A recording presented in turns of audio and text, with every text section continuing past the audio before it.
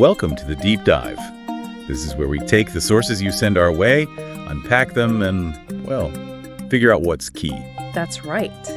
And today, we're digging into a pretty unusual encounter. Yeah, unusual is one word for it. We're looking at a BBC News report that one of you shared, detailing a meeting in the Oval Office. Between then President Trump and South African President Cyril Ramaphosa. And the BBC reporting, well, it wasn't just a single article. They had live updates, reporters on the ground in both D.C. and South Africa. Right, painting quite a detailed picture. And the expectation, the reason for Ramaphosa's visit was largely about trade, investment, standard stuff. Exactly.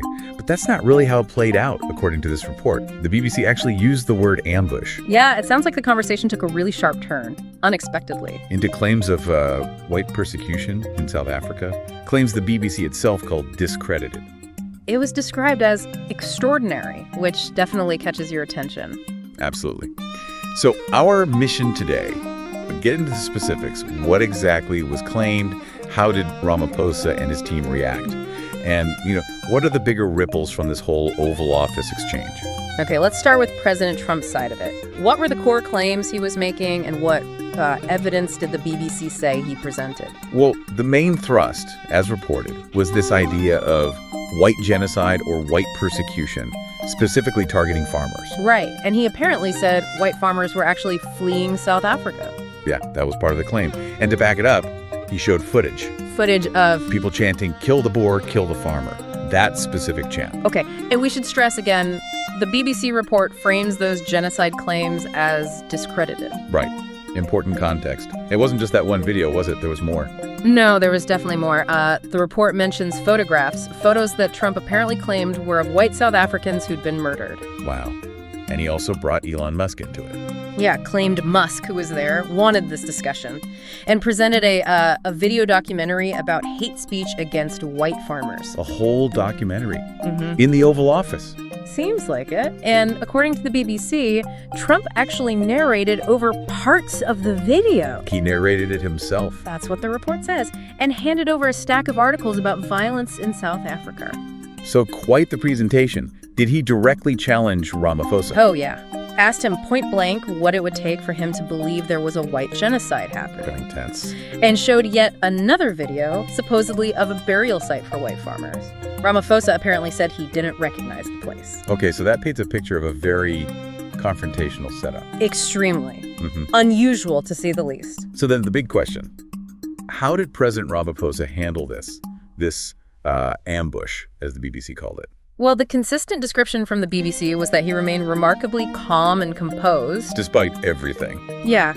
He addressed the chants, the kill the Boer thing, condemned them, but pointed out they came from minority parties, not the government. Okay, distancing the government from that rhetoric. Exactly. And he really leaned into South Africa's commitment to racial reconciliation. He invoked Nelson Mandela's legacy quite deliberately. Right, grounding it in that history. What about the specific claim that white farmers were fleeing or being systematically targeted? He pushed back on that directly. Said the violence, the terrible killings of farmers, well, that's part of a broader issue of crime that affects everyone.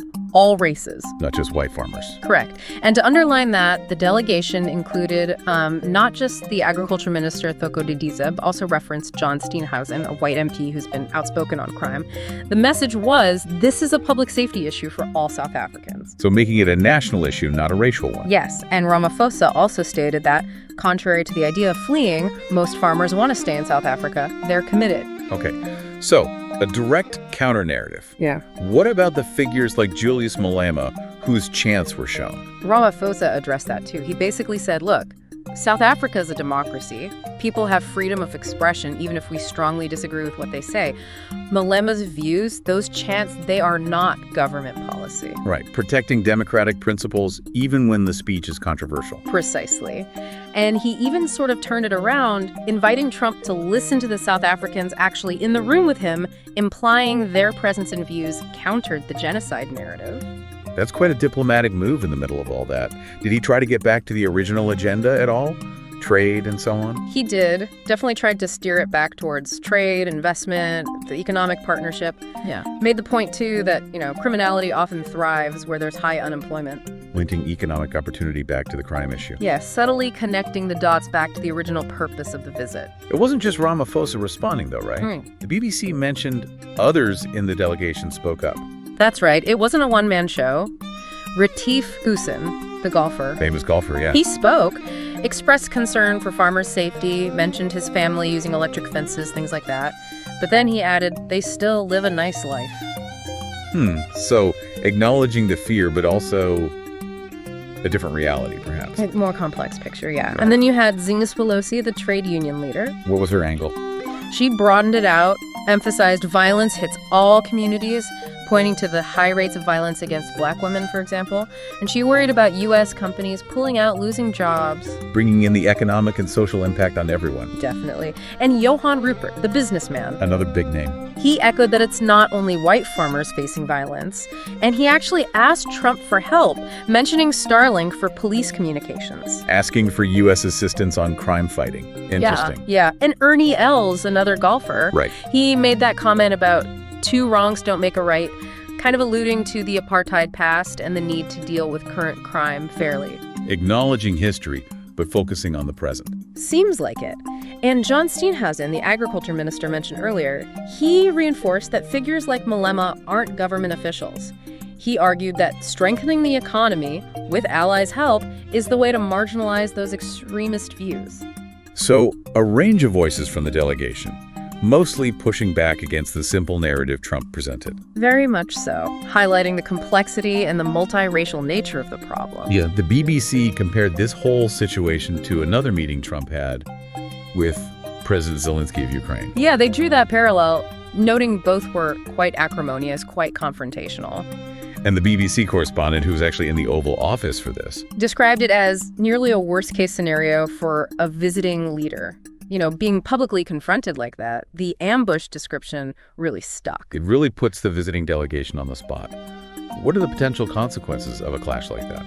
Well, the obvious concern is the impact on U.S.-South Africa relations. Trade, investment, the very things Ramaphosa was there to discuss. Yeah, seems counterproductive if that was the goal. And there was that reported comment from Trump dismissing the G20's importance without the U.S., which, you know, contrasted sharply with Ramaphosa talking up U.S. leadership in those forums. Different worldviews. And the report also mentioned a group of white South Africans arriving in the U.S. around that time. Yes, seeking refugee status. Which just adds another layer to the whole sensitivity of the issue being debated in the Oval Office. Were any other topics discussed at all, or was it just dominated by this? It seems this issue really took over. The report briefly mentions both leaders saying they wanted the war in Ukraine to end. Okay. And a nod to U.S. efforts for peace in Africa generally. And a reporter apparently asked about the ICC investigation of Israel. But those were footnotes, basically. Largely overshadowed, yeah. The main event was definitely the confrontation over the situation in South Africa. Okay, let's try and pull this together then. What are the main things we should take away from this deep dive into the BBC's reporting? I think the biggest thing is the clash of narratives. You had President Trump very forcefully using videos, photos, articles to push this claim of white genocide. Right, a very direct accusation. And on the other side, President Ramaphosa staying calm, refuting it directly, saying crime is a broader issue affecting everyone, and really emphasizing democracy, reconciliation, Mandela's legacy. With his delegation largely backing that up, adding their own perspectives. Exactly, showing it wasn't just his view, but a more widely held perspective within their group, highlighting how crime impacts different communities.